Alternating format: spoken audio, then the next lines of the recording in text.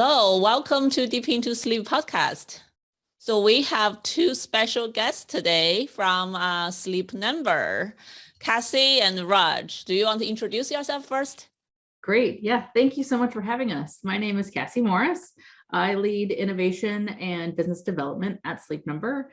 I come from a med tech background, but I'm really excited about sleep and where we're going in the universe of sleep and the importance to all of our health and well-being. So happy to be here. My name is Raj Mills, and I'm responsible for Sleep IQ health and research at Sleep Number. And I also have a med tech background, and like my friend Cassie, I'm passionate about sleep and all of the great work that we're doing at Sleep Number. Awesome. Welcome, both of you.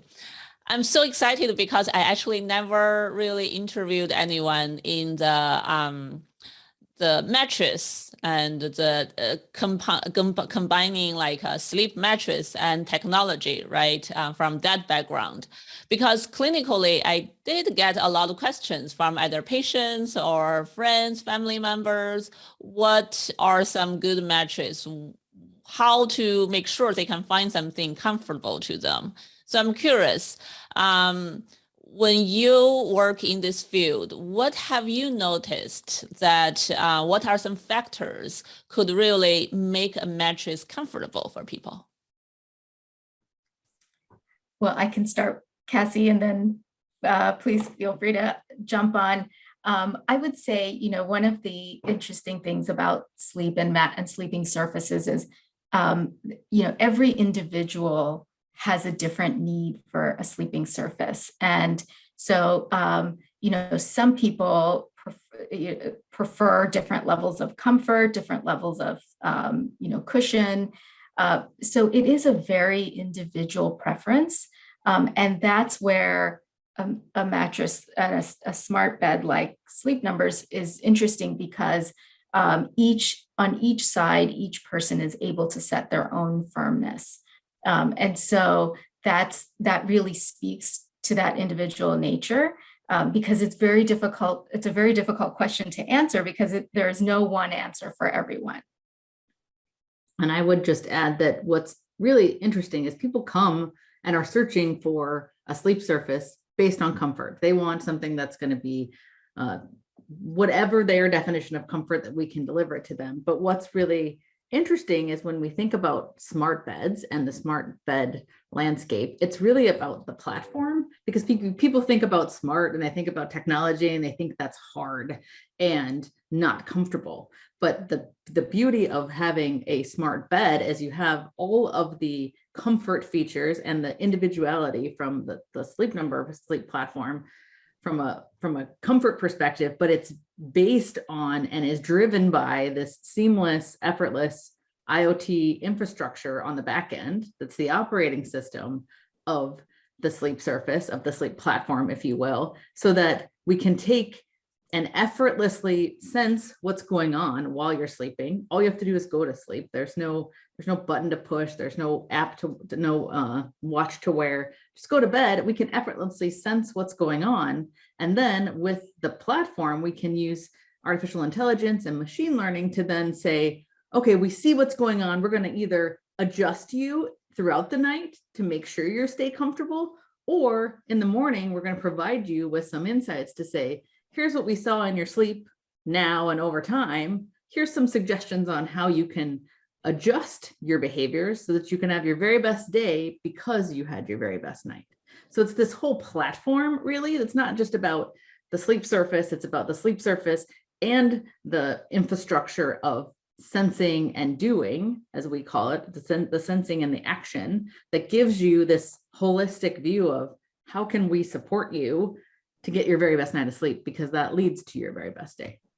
Wow, that's amazing. It feels like that's already an individualized intervention or treatment somewhat, right? Because massage could be a treatment too. And how we sleep, like what are some suggestions we can get to optimize our sleep? It's like a treatment. Mm-hmm. That's amazing that a sleep surface in combination with technology could deliver that. I think what you just introduced changed my stereotype about machine, about, technology. I tend to think them as hard code, and not comfortable, but thinking about it's bed, it's a surface, you sleep on that and you can reach individualized level of comfortness.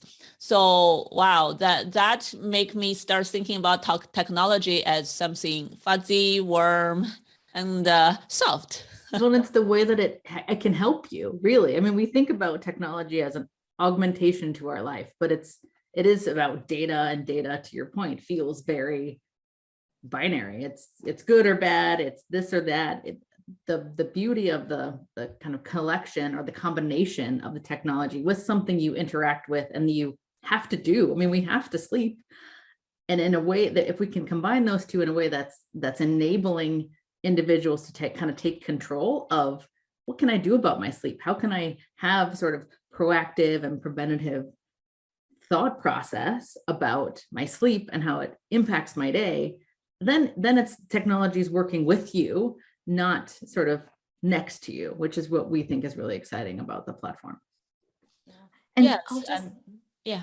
sorry, I was just going to add that, when we're sleeping, it's the most blind part of our day, right? Because even if we don't track our daytime metrics, we have a sense of how, what we're doing, what we're eating. But when we're sleeping, we really lose that sense. So to have something that shows us the evidence of what our heart rate or our breathing rate or heart rate variability is during this period of time that we can't really assess for ourselves, it's so powerful to then really realize what you need to do to improve certain things to improve your sleep. That reminds me of a lot of different sleep trackers, right? That measure your sleep. It sounds like the bed, your sleep surface from sleep numbers can track some health factors as well, and sleep related or non-sleep related, but you will know how you sleep overall and how your health overall. And that's possibly, I can imagine that's a very important data. And yeah, or for ourselves as individuals, or maybe can help healthcare providers. Absolutely. It is so essential. And we, you're absolutely right. We collect very, similar metrics than to other health trackers. I think there's a very large category of wearables and nearables.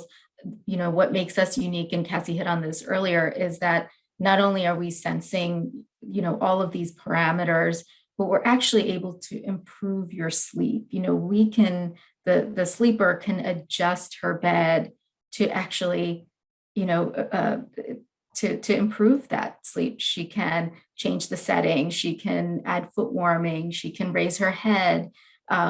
We often see, and I'll tell, for myself, I actually sleep with my head slightly elevated all the time. It's most comfortable for me.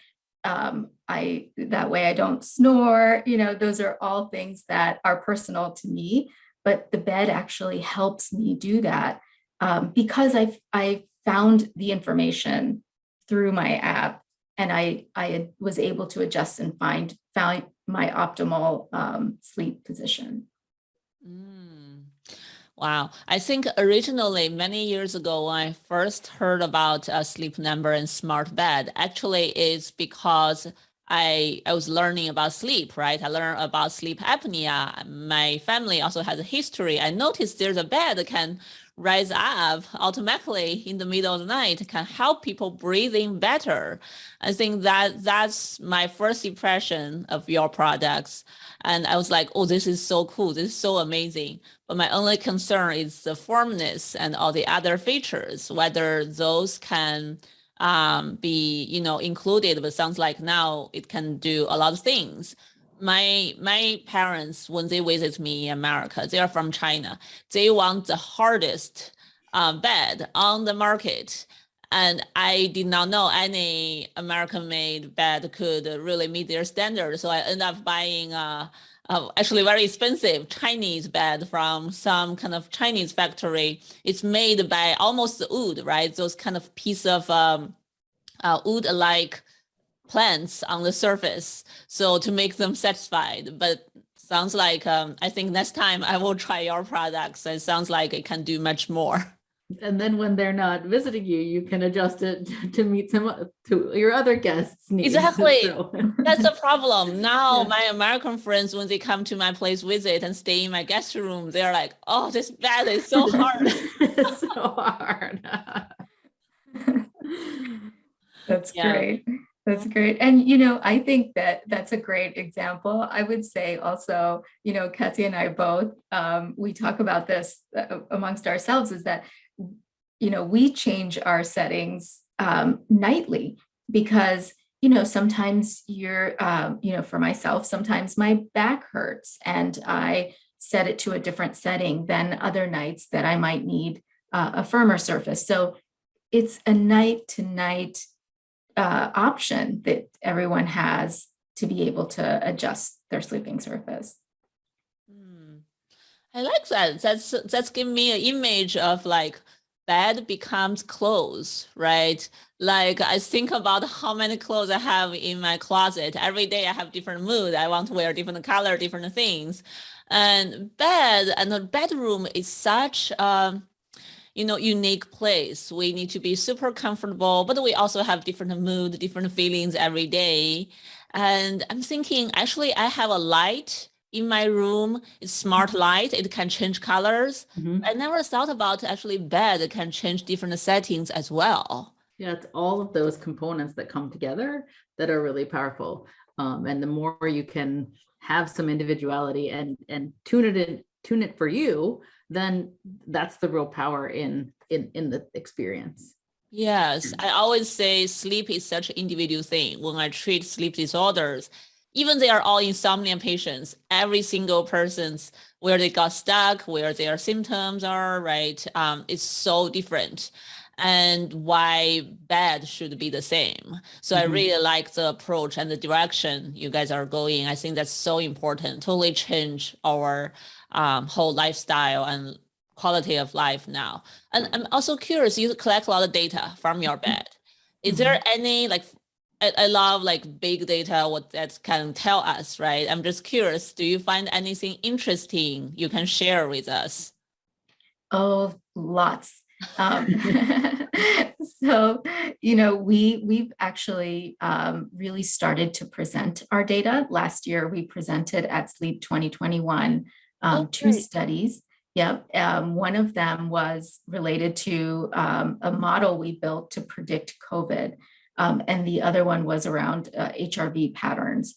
And then we also presented 3 topics at World Sleep 2022. We're going to speak at Sleep 2022 as well. So we're really trying to showcase the data aspect, as you mentioned. I can hit on the COVID study, and we also subsequently pulled that model to predict influenza also. But what we did was we solicited our sleepers to participate in a study, and many of them did. And we asked them if they had been diagnosed or if they had tested positive for COVID and had felt symptoms. And based on their answers, we looked at their heart rate, breathing rate, HRV, motion, duration of time in bed, and just restlessness along with motion. And what we found was that we could predict from all of those factors when their symptoms were going to occur.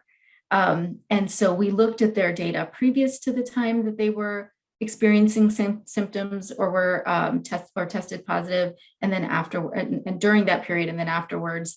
And we built a model that predicts when someone would be feeling symptoms.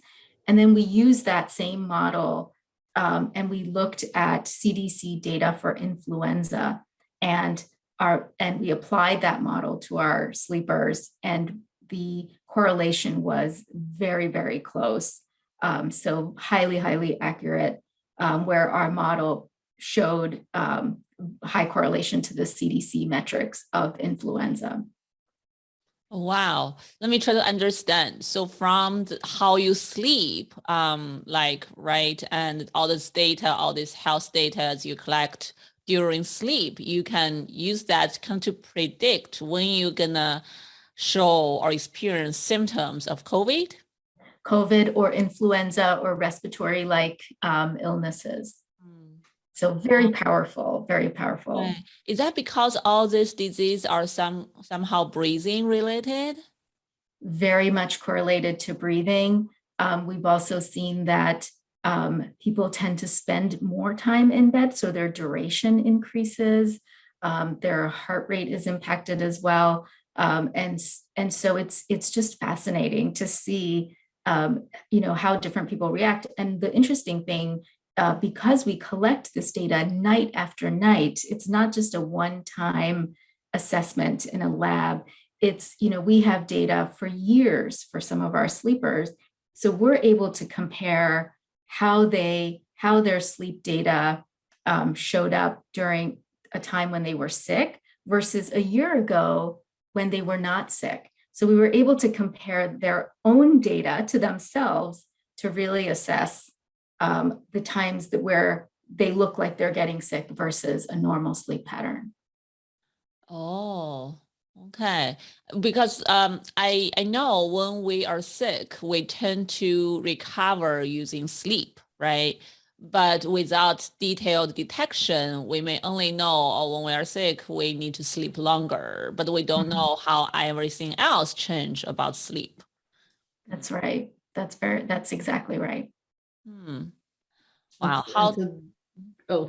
Sorry, I was just going to say what's really exciting about what we're doing, and Raj alluded to it, is we have an entire population of our sleepers who've opted in to do this type of research. So when they buy their bed, they opt into our research panel. And so we can run these IRB approved studies so that we're taking their data night after night, combined with some qualitative information from a survey, and are able to really look at specifics associated with sleep. And we can test interventions, we can test really lots of things. And the beauty about the platform is we can try things, and then we have the ability to measure whether or not something was effective, because we're continuously measuring those sleep parameters. So Raj's entire organization is really focused on how can we use our data, to your point, to understand more about sleep, to fundamentally to appreciate what the fundamental science is behind sleep. And then my organization and the rest of the organizations, how do we take that information and translate it into something that has utility for our sleepers? So it's how do we take that science and do the translation to consumers and what's really valuable for them.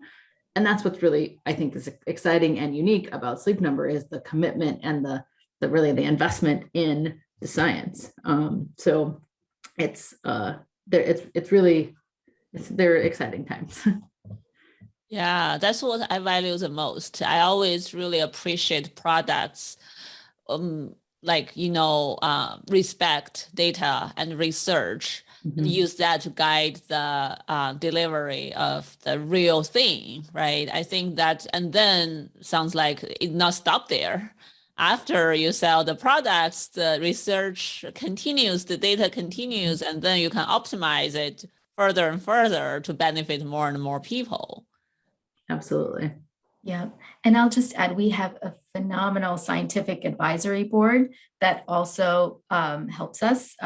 Dr. Van Cauter, Dr. Summers, Dr. Owens, and Dr. Bicey, who are all four of them, renowned in their specific areas of sleep, have been such great partners in helping us with our research and our application of that research to actually help our sleepers get better sleep.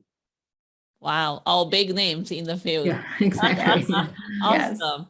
Yes. And I will go to the sleep conference this year too. So I look forward to Great. what you guys going to present. And yeah, see whether I can interview you again there if the data is different than, what we talk about here. Yeah. Absolutely. We'd love to see you there. Great. So let me ask a little bit hard question. I know for sleep trackers, right? When we noticed when people are very anxious about sleep, they like if they have insomnia or something, they've been suffering for a while. They tried all these things, nothing helped them, or they're not satisfied. When they use sleep trackers, we notice actually they may become more anxious because they want to check the data every single day. They want to make sure they are resting well. If not, or if they think they are not resting well, then it triggers a lot of intense anxiety, makes the insomnia worse. So that's my worries about data and anything. I think technology is great. They change our life, but there's pros and cons, right? So for your smart bed, for your sleep IQ technology so far, have you noticed anything that it may interfere with certain populations or certain sleep problem, or do you anticipate that may happen for some people? It is such an important question, and we offer several options to make sure we accommodate different levels of comfort in that area. So we have a privacy mode where our sleepers, or maybe in one bed, one in the couple really likes to check their data and the other doesn't, right? We can once the privacy mode is set, we don't collect any data. So it doesn't, you can't, in fact, then you can't actually check your app and see any of your data because we're not collecting out of the bed at all. So we're we feel very strongly about that.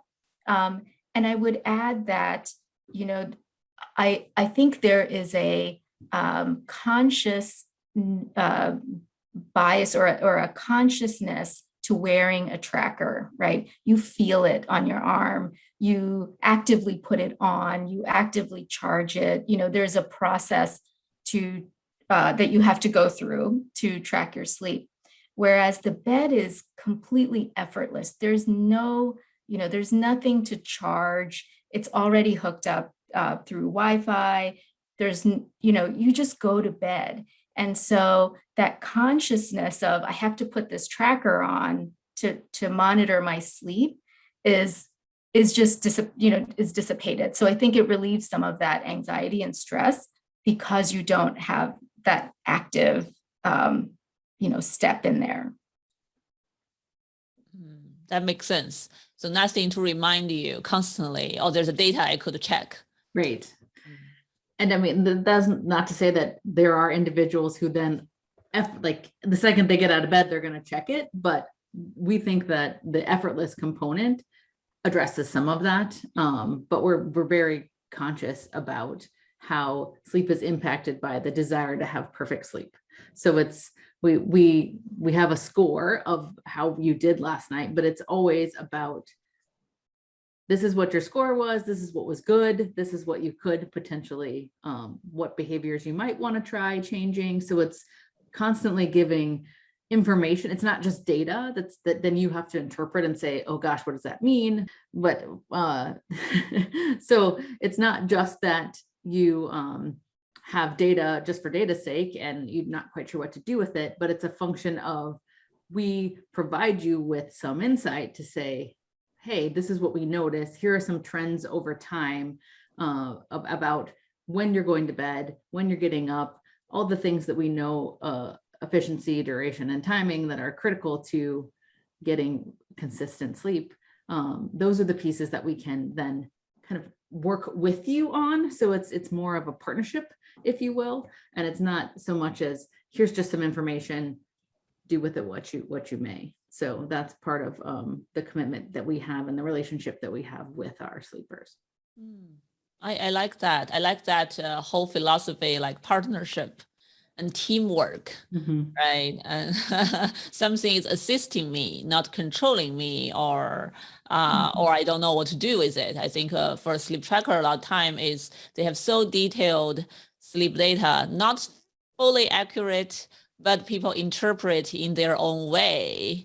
I constantly get questions from people, oh, I only had like 1 hour or 2 hour deep sleep last night. It's horrible. What should I do? Like some people, they would imagine they're going to have 100% deep sleep. That would be ideal. Yeah. So for your data, are you able to tell those kind of things as well, other than, all this heart rate and other health component? Are you able to actually tell some sleep stage and show that to people? So at World Sleep, we actually presented a study we did that correlates interbeat intervals with REM and non with sleep stages. And so because we don't have an EEG, we use machine learning and AI to really interpolate what we capture into things like sleep stages. So I would say that we can make certain correlations based on that data. And, we had actually an oral presentation on that specific topic, and it garnered a lot of interest at World Sleep.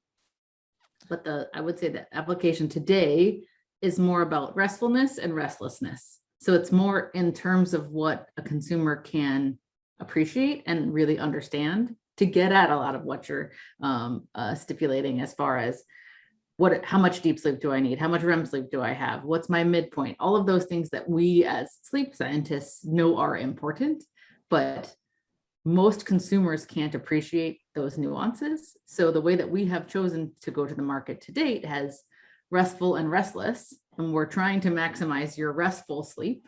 And there's a differential algorithm that we use to calculate that. But that's really how we've chosen to kind of go to the market, just so people can understand that, versus really being worried about, oh my goodness, my deep sleep is fragmented, or which we know is important, but until we can really say this is what you do about it, we're choosing to give information that can be actionable and that is better understood by most.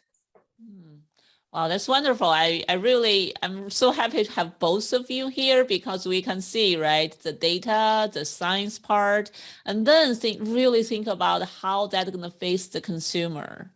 And every single person in the world, not everyone know about sleep knowledge.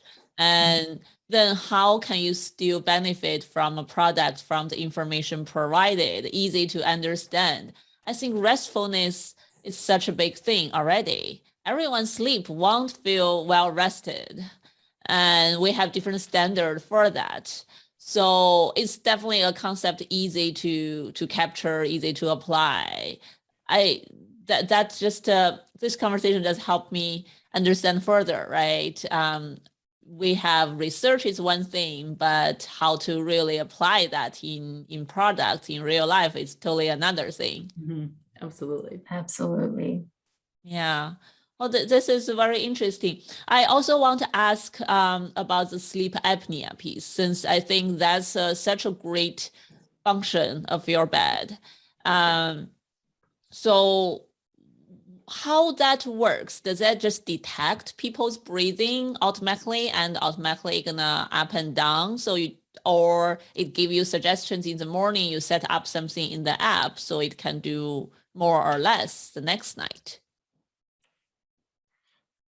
I think the way we're approaching, let me start by saying that, the sleep number beds, and all of which are smart beds, the entire line of beds, we're not a diagnostic tool. We are a consumer product. So right away, I'll say that, because we're not intended to diagnose anything. But I think the benefit, and this is really goes beyond apnea as well, but one of the benefits of the bed is, we can provide early indications of things that maybe things that our sleepers should pay attention to. So, in terms of apnea, I think really the root is, that we're thinking of is snoring.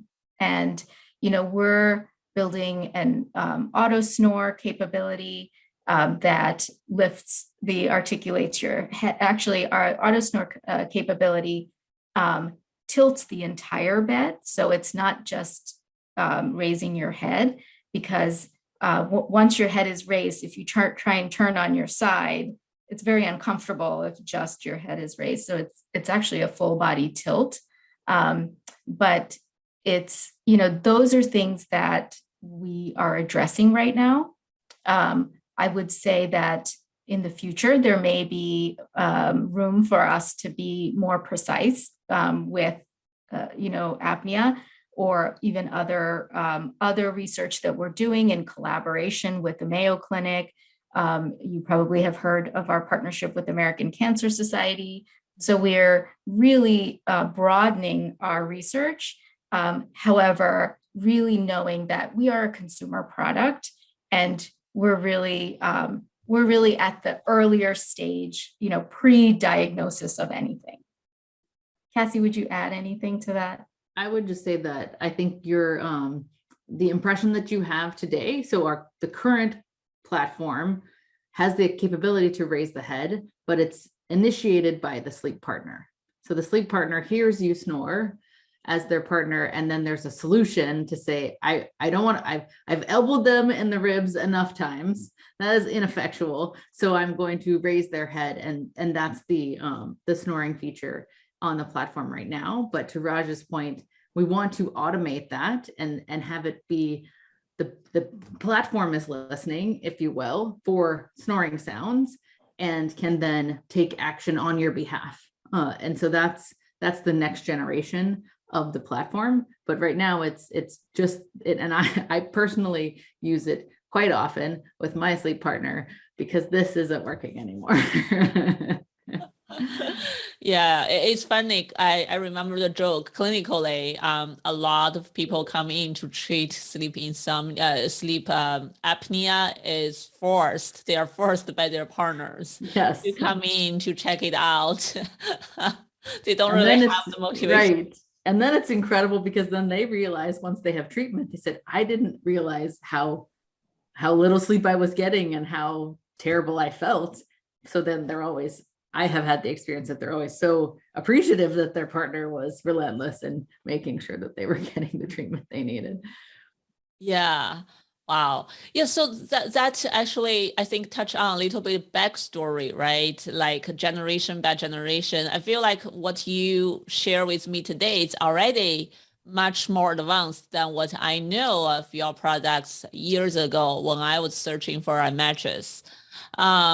So what motivates all the team, right? Keep on working, and how do you decide when to add what into this feature? Because it seems like there's a lot you could do. Absolutely. And I would say that's their biggest challenge and excitement in the field, is of all the things that we could do, what should we do?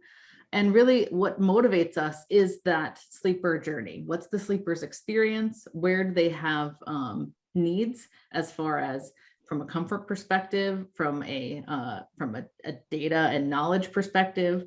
What's their health situation? Is there physiologically something getting in the way of them sleeping? Is it psychologically getting in the way of them having the best night of sleep? So it's really thinking about that whole journey of the sleeper and where we can add value. So it's that idea is how we approach it. But then it also comes back to, we know that the trends from a consumer perspective are really more and more health awareness and health tracking is coming home and into people's homes. And so it's, how do we really meet them where they need us, wherever they are in their life journey? If you think about it, as 10 years ago, I had very different sleep needs than I have today, than I will have in another 10 years or 20 years, really. So it's all of the innovation that we are planning and developing is, how do we think about that future of connected sleep health? Today, we deliver a really incredible sleep experience with some advanced features, but we're really in that future is, how do you connect all the dots for the sleeper and really provide them with a solution that's really about their health and well-being? And well, I'll add one more thing. That's exactly Please. right. I'll just add that even the medical community is moving more towards the home, right? The even whether it's sensing and looking at methods to evaluate home care or even treating at home. But there is a definite shift even from the institutional hospital systems or payer systems to move more to the home. So we're really sitting at a very interesting intersection where the consumer, as Cassie said, is learning more about health and is more attuned to their own health, while the hospital systems and the medical community is also trying to discover the home, right? So it is, we're at a really interesting precipice. Yeah, that just remind me, clinically, I always tell my patients that as we age, right, our sleep needs gonna change. And of course, when our sleep needs change, everything like surroundings, especially the sleep environment need to be changed accordingly. But also there's like, sounds like very obvious generation by generation and technology environment, culture environment, and even the sleep medicine field. We keep on discovering more and more sleep disorders and more sleep problems. The children have their own group of sleep problems. Adults have their unique challenges. So definitely, I think if technology, right, like we spend so much, possibly 1/3 of our life on bed after COVID, possibly half our life at home, if not more. This going to be great and huge potentials if it keep on evolving as we age, as technology change, as the generation change. Wow, yeah, amazing. And the Optimal. beauty is, I mean, when we think about historically, the only information we have, your kind of interaction with your patients is episodic. You know about them in that one moment in time when they come and see you, and maybe you have a period of time, but it's still an episode. Because of this platform, we have this longitudinal view and these billions of nights of sleep data that we are constantly, I mean, Raja and her team are constantly querying to find what are those other patterns that we haven't unearthed, or for you as an individual, what have we seen in your data over time as you are evolving and aging and changing? Like, what are we seeing in your data over time? Because it's not episodic. It's every night you go to bed and you don't have to do anything, and you don't have these big gaps in coverage or compliance because someone's watch died or they put it in their drawer. I have a whole drawer of tracking devices. Because we have this longitudinal data that's effortless, we have that real opportunity to find some of those pieces and connect some of those dots for sleepers throughout their kind of sleep journey. Yeah, data can tell us a lot. I do have a personal interest, but I don't know whether this is appropriate for this show because it's but I don't know whether it's a future research topic you guys plan to discover. If not yet, it's about sex and sleep, because I'm a sleep specialist, but I'm also learning sex therapy right now. And when I talk to some sleep specialists, which really interesting, when they treat sleep disorders, especially sleep apnea, if they tell the male patients, okay, you're going to die early, there's health consequences, look at the data, they're like, I still don't want to treat it, right? Unless the bad partner is really mad. But if you tell them, well, if you don't treat this, actually your sexual function going to be impaired. And then they're like, okay, what should I do, right? And I feel like when I treat insomnia, sex is not a big piece, but it's something we always tell patients, you won't keep your bed just for sleep. The only exception going to be sex, right? So it's always something in the picture, and it's something we engage on bed. And that is important part of that. But we don't have a lot of data around sleep and sex and health in general. So I feel like there's a lot can be done in that field. But there are also like culture and political issues. Like my Chinese colleagues, a lot of them work in big universities. I said, do you want to collaborate on a topic about the human sexual behavior? They're like, no, we cannot touch on that topic at all. It's dangerous. So, but I'm so curious. There are people ask me, well, if I, have sex or masturbate before bedtime, does that help me sleep better? All those questions are out there. I don't have enough data to really offer a solid answer. So I'm just curious, is that will that possible be a future direction for your research, or is that's helpful? We'll note it down. Great. Well, thank you so much for coming to the podcast and sharing all this wonderful technology and knowledge to us. I'm really eye-opening experience to know how the sleep numbers technology has been developed in such a way. Wow, so fast. Great. Thank you so much for having us. Our pleasure. Yeah. Great. Yeah. So, the last thing is, if my any of the listeners want to find more about your products, right? Is there any social media platforms they can find you guys, or just, I know there's a lot of Sleep Number stores all over the place they can go to and try it out. Well, absolutely. Sleepnumber.com is probably one of the best places to try. And of course, any of the stores as well. And then I think Nicole, there's an email that we have an intake email for questions as well. Maybe we can provide that. And if you're interested from a scientific perspective, sleepnumber.com/science is our portal that has all of our scientific information on it, for anyone who's interested in that.